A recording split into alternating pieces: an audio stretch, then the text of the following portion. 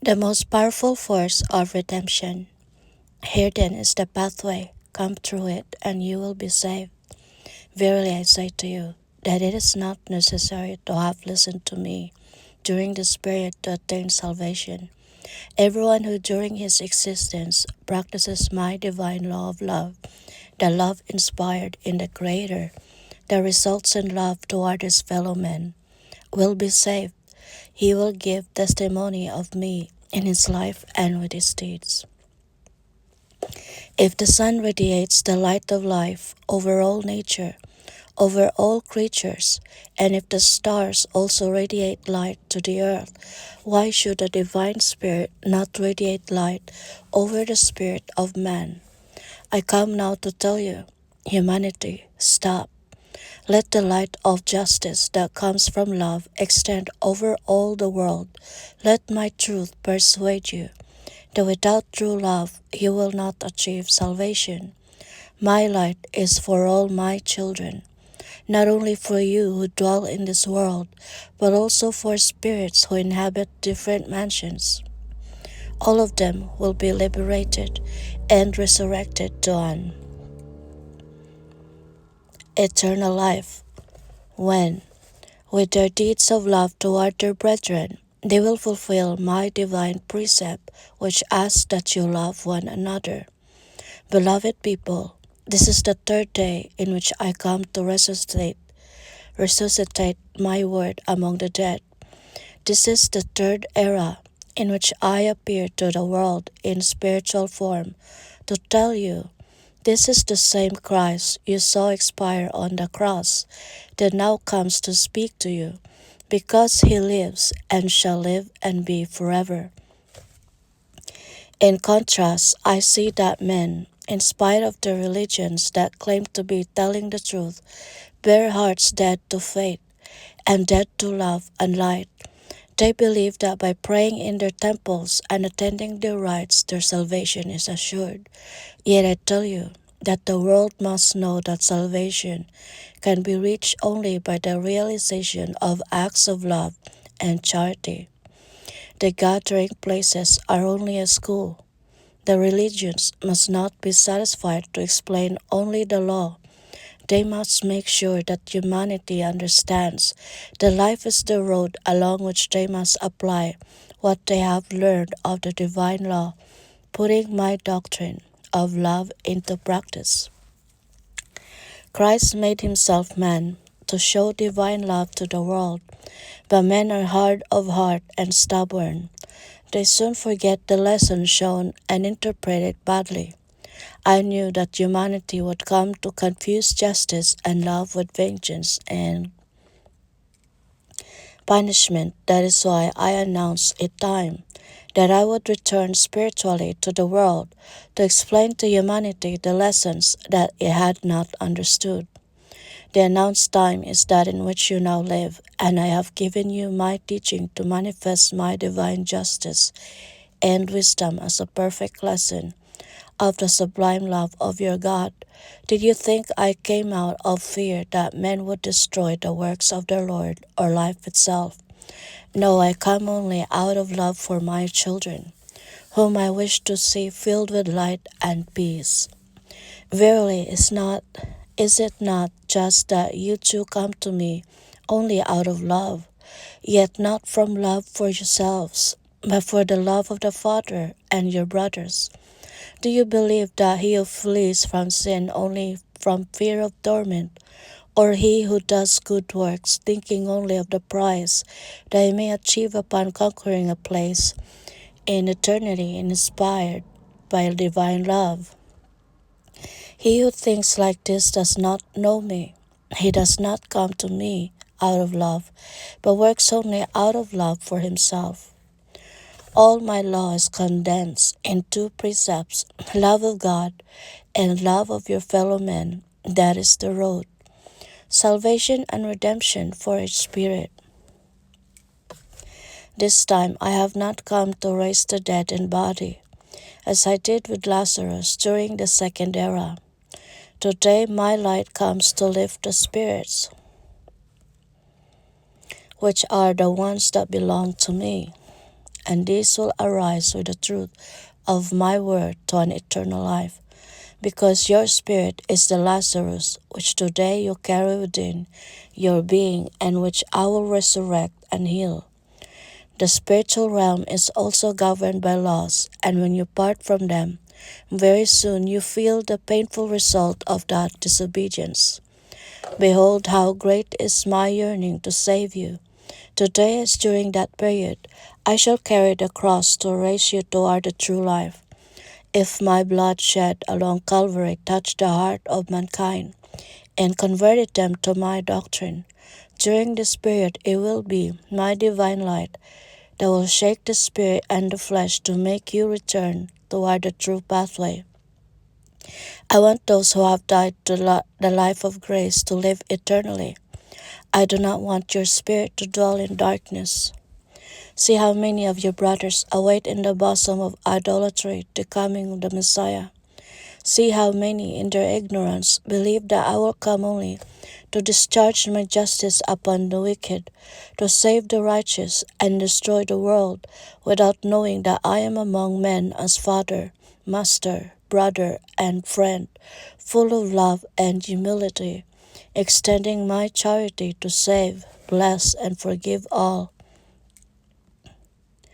No one has been born by chance, and as humble, awkward, or small as he believes himself to be, he has been created by the grace of the Supreme Being, who loves him as much as other beings whom he considers superior. He has a destiny that will take him, like all others, to the bosom of God. Do you see those men who cross the streets like outcasts, dragging along their vice and misery, not knowing who they are nor where they are going? Do you know of men who still dwell in jungles surrounded by beasts? Not one of them is forgotten by my charity. All of them have a mission to fulfill. All of them possess the region of evolution and are in the path where their merits, efforts, and struggles will guide the spirit step to me. Who is he who has not wished for my peace, even if it were only for an instant, longing to liberate himself from this earthly life? Every spirit feels nostalgia for the world that he previously inhabited, for the home where he was born.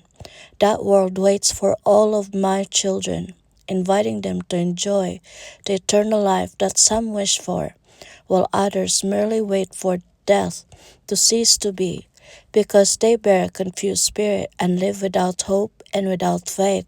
What can encourage these beings to fight for their regeneration? What can awaken them the longing for eternity? They only wait for the non-existence, the silence, and the end. However, the light of the world, the way and the life have returned to resurrect you with my forgiveness, to caress your fatigued brow, to comfort your heart and make the one who felt unworthy of living listen to my voice, which says to him, I love you, come to me. Men may fall and sink into darkness and feel thereby distant from me. They may believe that when they die, all is finished for them. Yet to me, none die, and not one is lost. How many there are who lived as perverse beings in this world, but who today are filled with light. How many who left in their wake the stain of their sins, their vices, and their crimes, who have already achieved purification. It is true that many continue to stain their spirits, but do not judge them, for they do not know what they do. I will also save them. It does not matter that they have now forgotten me, or replaced me with false gods that they have created in the world. Them too I shall take to my kingdom, even if, because they now follow false prophets, they have forgotten the gentle Christ who gave his life to teach them his doctrine of love. To the Father, no one is evil, no one can be evil, because all were born from me. I granted my children the gift of free will, thus many of them have chosen to be rebellious, violent, blind, and commit mistakes. However, all of them will become spiritually enlightened, and my charity will guide them along the path of redemption. All of you are my seed, and the Master brings in the harvest. If among the good seed there are weeds, I take them with love between my hands to transform them to golden wheat. I see the seed of weeds in hearts, and also muck and mire, and crime and hatred. Nonetheless, I gather them all and love them. This seed I caress and purify until it shines like wheat in the sun. Do you believe that the potency of my love is unable to redeem you? I will sow you after cleansing you in my garden, where you shall bear new flowers and fruits. Within my divine project is the mission of dignifying you. How could I redeemably lose a spirit if it bears within it a ray of my light that can never be extinguished and which is before it wherever it goes, no matter how long its stubbornness or confusion lasts, that darkness will never be as enduring as my eternity.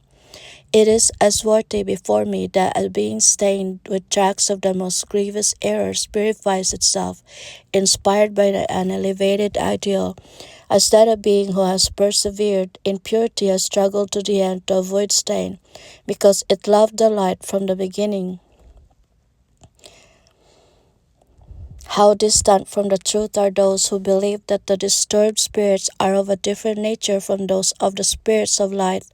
The Father would be unjust if that were true, just as he would cease being the Almighty if he lacked the wisdom and love to save those who are stained, impure, or imperfect, and if he were unable to reunite them in one dwelling with the just.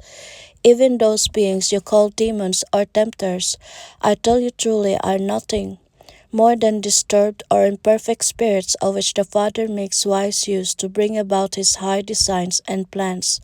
Yet those beings whose spirits are today enveloped in darkness, and many of whom make evil use of the gifts I have given them, shall be brought to safety by me in due time. For the moment shall come, O Israel, when all the Lord's creatures glorify me for eternity. I would cease to be God if with my power, my wisdom, and my love I could not save one spirit. When have parents on earth loved only their good children and detested their bad ones? How many times have I seen you be tender and more solicitous precisely with those who most offend you and make you suffer? How could it be possible that you perform works of love and forgiveness greater than my own? When has one seen the Master needing to learn from his disciples? Understand therefore that none are judged unworthy of me, and so the road to salvation is always inviting you to follow it, just as the gates of my kingdom, which are light, peace, and good, are permanently open in readiness, awaiting the arrival of those who have been far from the law and truth.